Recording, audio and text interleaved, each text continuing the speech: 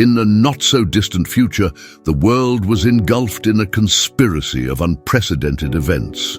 In the year 2024, a series of emerging trends began to paint a picture that many believed was foreshadowed in the pages of Scripture.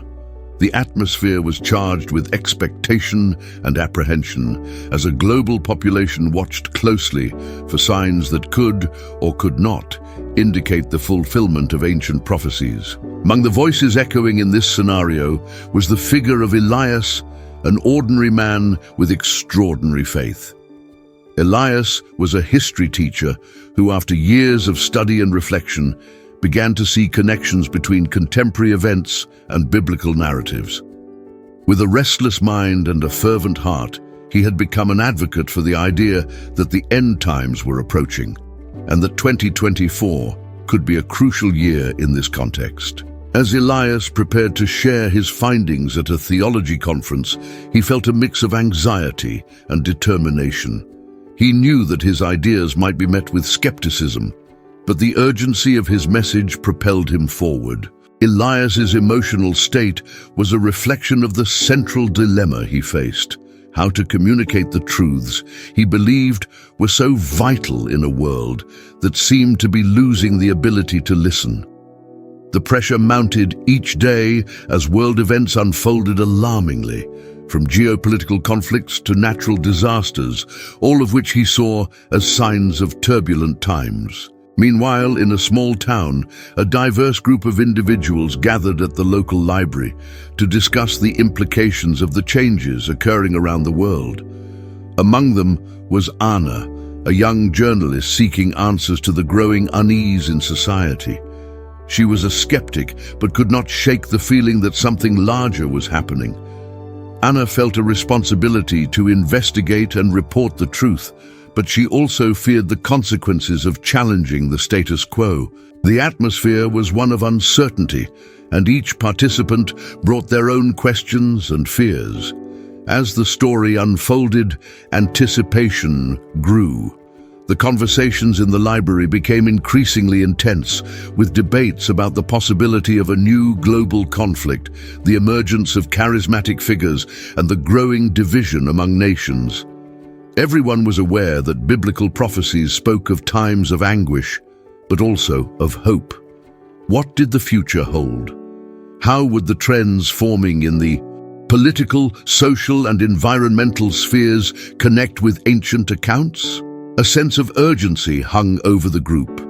They were aware that their lives were intertwined in ways they did not yet fully understand. The interactions between Elias, Anna, and the other participants created a rich tapestry of emotions, where faith, doubt, and the search for truth intertwined. The central dilemma emerged. How could they discern what was true and what was mere speculation amid the chaos? What did it truly mean to live in times of change, especially in light of the prophecies?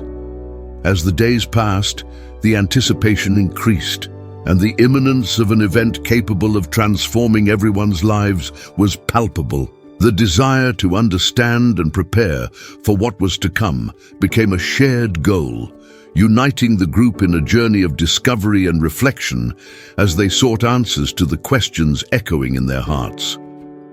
The story was about to unfold, and each of them, in their own way, was about to become part of a chapter larger than they had ever imagined.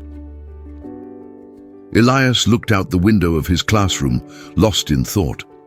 The leaves on the trees danced gently in the wind, but his mind was far away. He remembered the morning he decided he needed to share his findings. The first time he read about the prophecies and compared them with current events, he felt a chill in his stomach.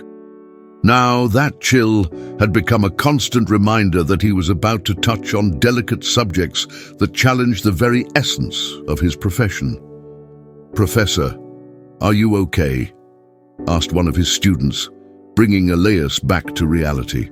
It was Marcos, a curious and intelligent young man who often questioned the limits of what was taught. "Yes, just thinking about a few things," Elias replied, trying to hide his unease. "What do you think about what's happening in the world right now?" Conflicts, disasters. Do you think there's any connection with what we study about human history? Marcos frowned. I think there have always been wars and disasters, Professor. What we're experiencing is just another phase.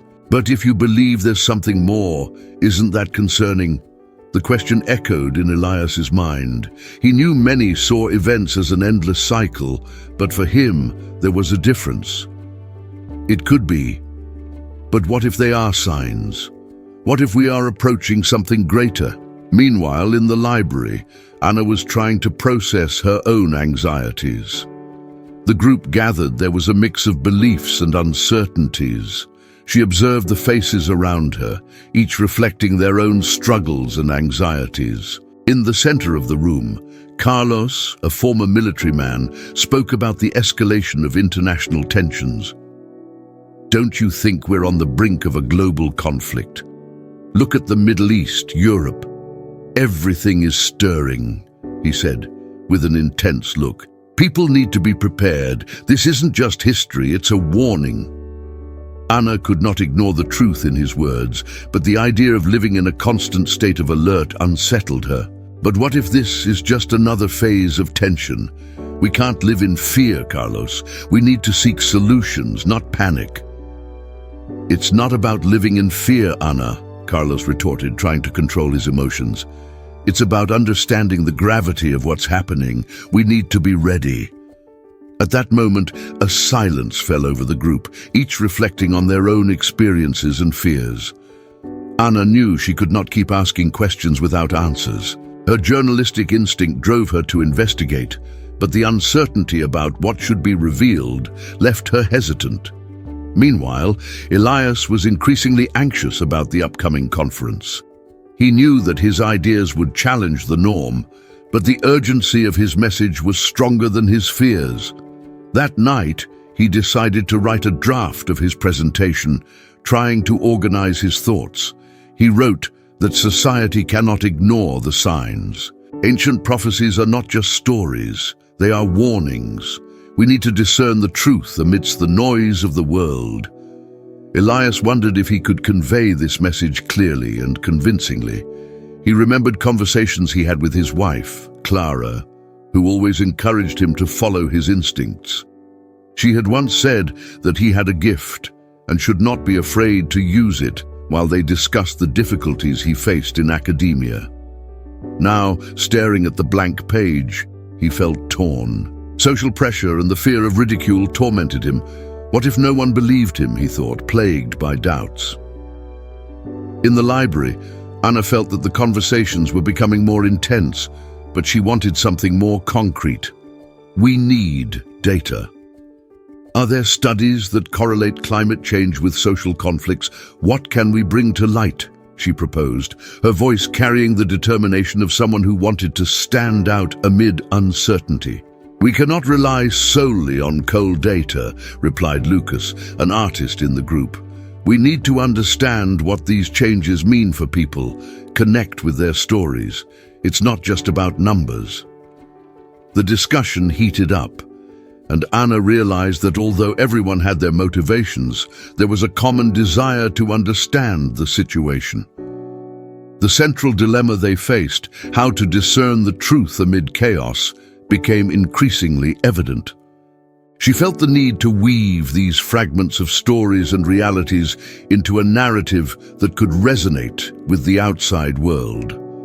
As the characters grappled with their own uncertainties, fate began to intertwine in ways they could not yet imagine. The atmosphere was charged with tension, and the idea that something significant was about to happen hung in the air, like a harbinger of changes that would exceed their expectations.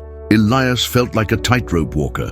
Each step brought him closer to the truth, but also further away from the security he had always known. As he wrote, the words seemed to come alive, pulsing with the urgency of a message that needed to be heard. Yet, the thought of being subjected to criticism terrified him. The voices in his head whispered doubts. What if you are wrong? What if this is just an illusion? He paused for a moment, closed his eyes, and took a deep breath. trying to push away the ghosts that surrounded him. In the library, the tension was palpable. The discussion among group members became more heated, and voices began to overlap. Carlos, visibly frustrated, raised his voice. "While you all discuss data and stories, the world is on fire. We need to act now, not just talk." Ana felt her heart race. Carlos's stance was creating a division, and she could not ignore it. "I'm not saying we shouldn't act, but we need to be rational. If we act without thinking, we might worsen the situation." Lucas, who had remained silent until then, decided to intervene. "But rationality without emotion is empty. We need passion, empathy. History is not just numbers. It is made of people, of lives. If we cannot feel the weight of what is happening, how can we expect others to care?" Lucas's words struck a chord with Ana, but they also brought forth a new concern. The mixture of emotion and reason was delicate, and any misstep could lead to a collapse in the group's relationships. She realized that while they were trying to find a solution, they were drifting further apart. The lines of battle were drawn, and the idea of a joint effort began to fade. Elias, on the other hand, struggled with the growing pressure of his impending presentation. He knew he could not remain silent in the face of indications that something was coming. The prophecies he had studied were not mere words in a book. They were echoes of warnings manifesting in reality. However, the uncertainty about how his message would be received haunted him. He began to feel that the responsibility for what he was about to say was greater than he had imagined. It was more than just a presentation. It was a call to action. On the other side of the city, an urgent news broadcast began rolling on television, reporting on a new confrontation in the Middle East. The images of destruction and despair were hard to ignore. Upon seeing the scenes, Ana felt a wave of helplessness. "We need to do something," she murmured to herself, but what could be done? The dilemma consumed her. She needed to take action, but how could she unite the emotion that Lucas championed with the reason she believed was essential? Carlos, noticing the change in Ana's expression, decided to be more direct. "If we really want to make a difference, we need to act. We need to come together and create a plan. We cannot allow ourselves to be paralyzed by fear or doubt. What are we going to do about this?" His voice was firm, but there was a hint of desperation. He wanted the group to see the urgency, but what might seem like a call to action sounded more like a demand. The atmosphere in the library became heavy. The tension reached a critical point, and each member began to realize that their differing views were clashing. Ina looked around, recognizing that her friends were divided, and this division could be fatal not only for the group, but also for what they represented. Elias, sitting at his table, could not ignore the feeling that his journey was intertwining with Ana's and Carlos's. He knew that his discoveries could be the key to uniting those distinct voices. But the responsibility weighed heavily on his shoulders, and the uncertainty about how to act consumed him.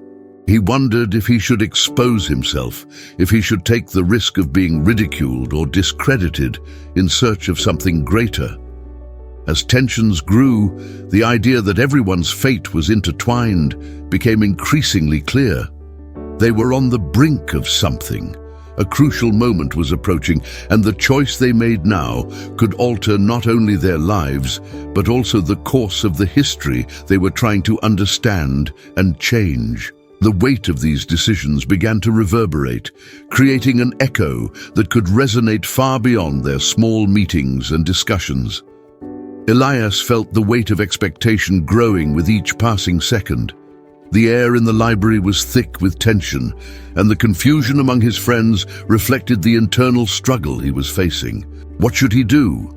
The words he had written in his notebook danced in his mind, clamoring to be shared, but the idea of exposing them to the world, especially at such a critical moment, terrified him. He wanted to believe that his discoveries could be the key to uniting everyone, but what if he was wrong? What if his theories were just an illusion? Meanwhile, The discussion between Anna, Carlos, and Lucas was intensifying. Each of them defended their position fervently, but what had started as a quest for solutions was quickly turning into a battle of egos. Anna, with her hands nervously intertwined, looked at Carlos, who was now standing, gesturing forcefully. She felt her heart race, not only from the urgency of the moment, but also from the worry about the division forming among them. It was as if every exchanged word was a knife, tearing apart the trust they had built together. Carlos exclaimed, frustration overflowing in his voice, that they needed to choose a side. Anna felt a wave of indignation, insisting that the choice was not that simple and that they couldn't rush into action without considering the consequences. The conflict between them was palpable, and she knew that each was fighting for their beliefs, but that didn't make the situation any less painful. Lucas, who had remained silent, finally spoke up again, acknowledging their shared fear and questioning what they wanted to be remembered for. He turned to Elias, seeking support. As all eyes turned to Elias, the pressure mounted, and he felt his stomach churn. What he had to say could change everything, but what if it wasn't enough? He took a deep breath and allowed himself to feel the adrenaline coursing through his body. It was now or never. He began, his voice trembling, that he had something that needed to be shared. He explained that what they were seeing in the world was not just a series of isolated events, but a pattern, a sequence of warnings that they needed to heed. The prophecies he studied were not just stories of the past. They reflected the consequences of their actions in the present. If they continued to ignore the signs, they would be doomed to repeat the same mistakes. The room fell silent, and Elias's words hung in the air like a call to action. He knew he was risking everything, but the urgency of the situation and the need for unity propelled him forward. He stated that they had a chance to change the course of events, and if they united their forces, they could make a difference. But they needed to decide now. Anna felt a wave of hope mixed with overwhelming anxiety and asked how they could do it and what he suggested. Her voice was soft, but there was a fire in her eyes that could not be ignored. It was the first time she saw a spark of determination in Elias's gaze, and it encouraged her. Elias hesitated for a moment, but then the words began to flow. They needed to organize a joint action, a mobilization that would make people understand the gravity of the situation. They needed to use their voices, their social networks, everything they had to amplify the message. They could not allow themselves to be silenced by fear. Carlos nodded, his eyes shining with determination, agreeing that this was what they needed. He turned to the others, emphasizing that unity was strength and that they needed to put their differences aside and act. Lucas smiled, encouraged, stating that they were finally all on the same page, and it was time to put their emotions and reason into practice with purpose. The tension in the library began to dissipate, and a new energy took hold of the group. Each of them started to feel that the decisions they were making were not just about them, but about a future that could still be shaped. Elias realized that even with the uncertainty, the fragility of the moment could transform into something powerful. With his heart racing, he looked into the eyes of his friends and felt that despite all the fears and doubts, they were ready to face what was to come. What they would do next would define not only their fate, but also the impact they would have on the world around them. The climax was approaching, and their choice would echo in the pages of history. The air was electrified, and adrenaline pulsed through his veins as he looked at the faces of his friends. What had once been a study room had now transformed into a battleground of ideas, and he felt at the center of it all. The weight of responsibility was overwhelming, but there was a newly discovered flame inside him that told him it was time to act. He could no longer hesitate. Then Anna's voice interrupted his thoughts, and he saw the determination in her eyes, as if she were urging him to move forward and take the next step. He knew that his answer could determine the future for all of them. He stated that they would plan an event, an open meeting where they could share their discoveries, mobilize people not just from their school, but from the entire community. They needed a place where voices could be heard, where the truth could be revealed. Lucas nodded, already starting to take notes. We can use the school auditorium. It's a large enough space to accommodate everyone, and we already have access to sound and projection equipment. We need to pool all our resources. Carlos, now rejuvenated by the idea, began to think about how to promote the event. What if we created a campaign on social media? We can make videos, create hashtags, engage local influencers. If we can attract attention, more people will join us. The energy in the room was contagious. Each of us was taking the idea and expanding it, as if we were a group of musicians playing in harmony. But at the same time, a shadow of doubt still lingered over me. What if it didn't work? What if all this effort was in vain? The first task was clear. We needed to prepare for what was to come. Let's divide the responsibilities, I suggested. Anna, you can take care of logistics and organization. Carlos, you and Lucas can work on the promotion. I can prepare the content we will present. The division of tasks brought a new level of clarity and focus. Each of us felt part of something bigger, as if we were building a bridge over an abyss of uncertainties. The plan was underway, but the tension continued to rise like a taut rope ready to snap. That night, as I returned home, doubts began to haunt me again. What would happen if people didn't care? Or if the message wasn't clear enough? The fear of rejection consumed me, but I remembered Lucas's words about the courage to unite and listen. I needed to hold on to that. The following days were a whirlwind. We worked tirelessly, each focused on their part of the plan. The energy that had once been conflicting had now transformed into something constructive, but the greatest challenge was still to come. The day of the event approached, and I couldn't ignore the feeling that everything could come crashing down. When the day finally arrived, the auditorium was packed. I could feel the anxiety in the air, as if each person was waiting for a signal, a spark to ignite the fire of change. As I stepped onto the stage, my heart raced. The room was filled with familiar and unfamiliar faces, each carrying their hopes and fears. Thank you all for being here, I began, my voice trembling. We are here today because we believe that change is possible. The world is undergoing a transformation, and we cannot be mere spectators. We have the power to shape our future, but that requires courage and unity. The words seemed to flow from me, and the room began to respond. Some people applauded, others murmured in agreement. I felt the moment transforming, and I needed to ride that wave of energy. What we have to share is not just theory, it's experiences, stories that show how each of us can make a difference. Let's start talking and listening to one another. What began as a timid gathering soon transformed into a fervent dialogue. People stood up to share their concerns and experiences, and the room filled with voices.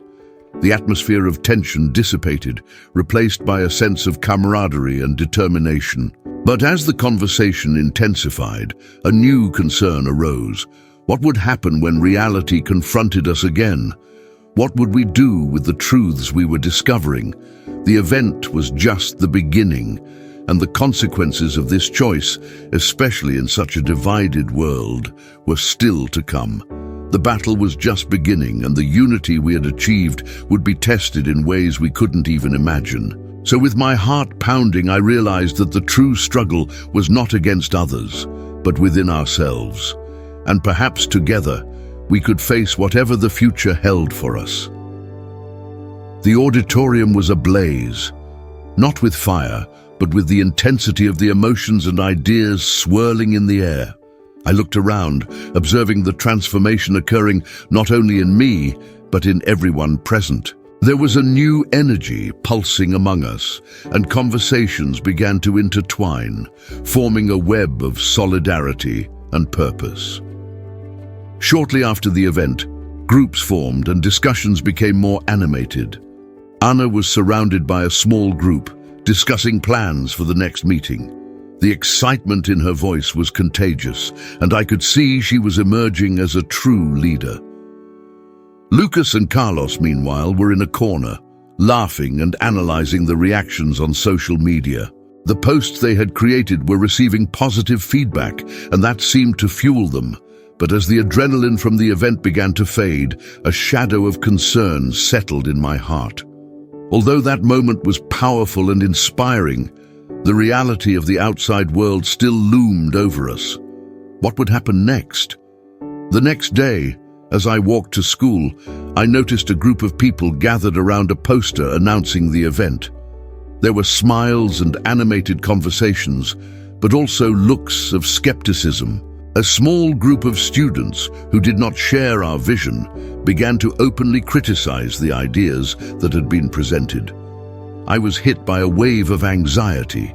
The unity we felt was starting to be tested. At school, discussions about the event began to spread. Some students were enthusiastic and decided to get involved. Others, however, opposed what they saw as an attempt to impose our vision on them.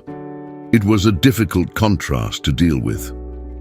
While some approached to discuss, others raised flags and protest signs, questioning our intentions. Anna, sensing the growing tension, organized a meeting to discuss how we could respond to these criticisms. "We need to listen to everyone, even those who disagree with us," she said, her determination unwavering. "If we are going to build a community, we need to include all voices, not just those that echo our ideas." The wisdom in her words calmed me, but there was still a knot of worry in my stomach. And what if this inclusion only increased the division? What would we do if the debates became hostile? The following weeks were a whirlwind of emotions. Conversations intensified, and meetings became frequent. The auditorium, which had once been a space of hope, was now a verbal battlefield where opinions clashed. I saw Carlos struggling to maintain peace, trying to mediate between opposing groups, while Lucas grew increasingly frustrated with the resistance we were facing. One day, during one of these meetings, a student stood up, visibly upset. "Why should we listen to you? What do you really know about the difficulties we face?" His question echoed in the room, and an awkward silence took over. It was a painful reminder that change was not just a matter of will. It was a battle of perceptions and experiences. That was when I realized we needed to find common ground. "Everyone here has their own stories and challenges," I said, trying to calm the spirits. "No one is saying we have all the answers. What we want is to create a space where we can learn from each other.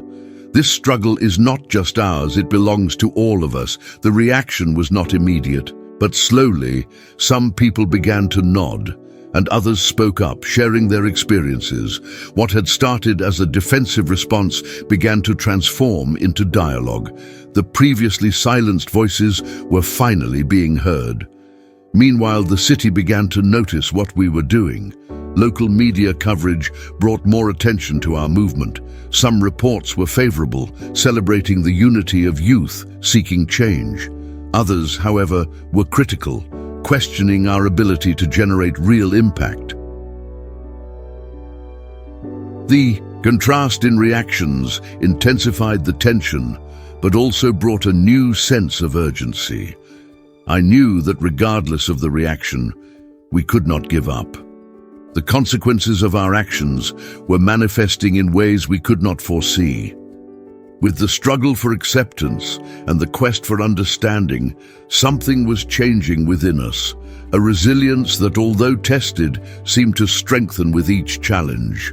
And so, amidst the confusion, I realized that the true battle was not just about ideas, but about the ability to listen and learn from each other.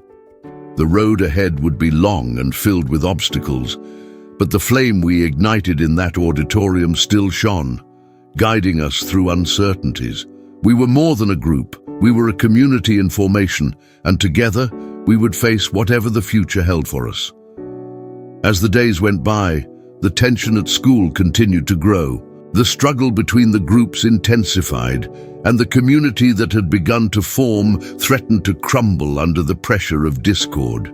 I wondered if, in trying to be heard, we were merely generating more division. But Anna, with her determination, always found a way to unite us again, emphasizing that true strength lies in empathy and mutual understanding. Then something unexpected happened. During one of the meetings, a storm formed outside. Lightning sliced through the sky, and amid the thunder, the lights in the room went out.